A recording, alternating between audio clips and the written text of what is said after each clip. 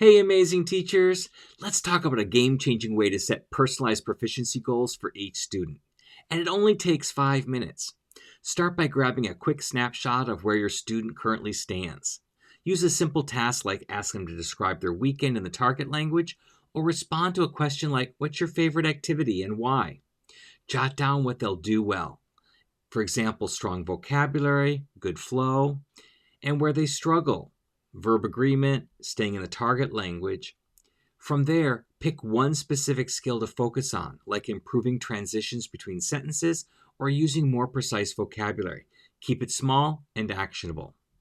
Next, turn that focus area into a can-do statement. For example, if the goal is to better use verbs, their statement could be, I can use past tense verbs to talk about last weekend. Break it down even further by giving them a weekly mini goal, like using 2 past tense verbs correctly during class discussions or writing 3 sentences about their weekend. This makes the goal manageable and gives students a clear path to success.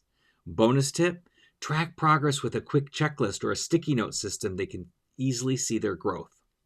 Finally, share the goal with your student in a quick one-to-one chat or written feedback. Use encouraging language like, this is your focus area and here's why I know you can crush it.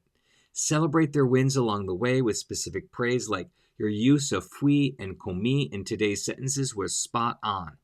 It's amazing how small, actionable goals build confidence and momentum.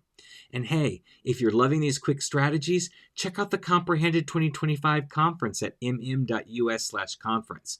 It's packed with sessions to make proficiency-based teaching even easier and more impactful. You've got this.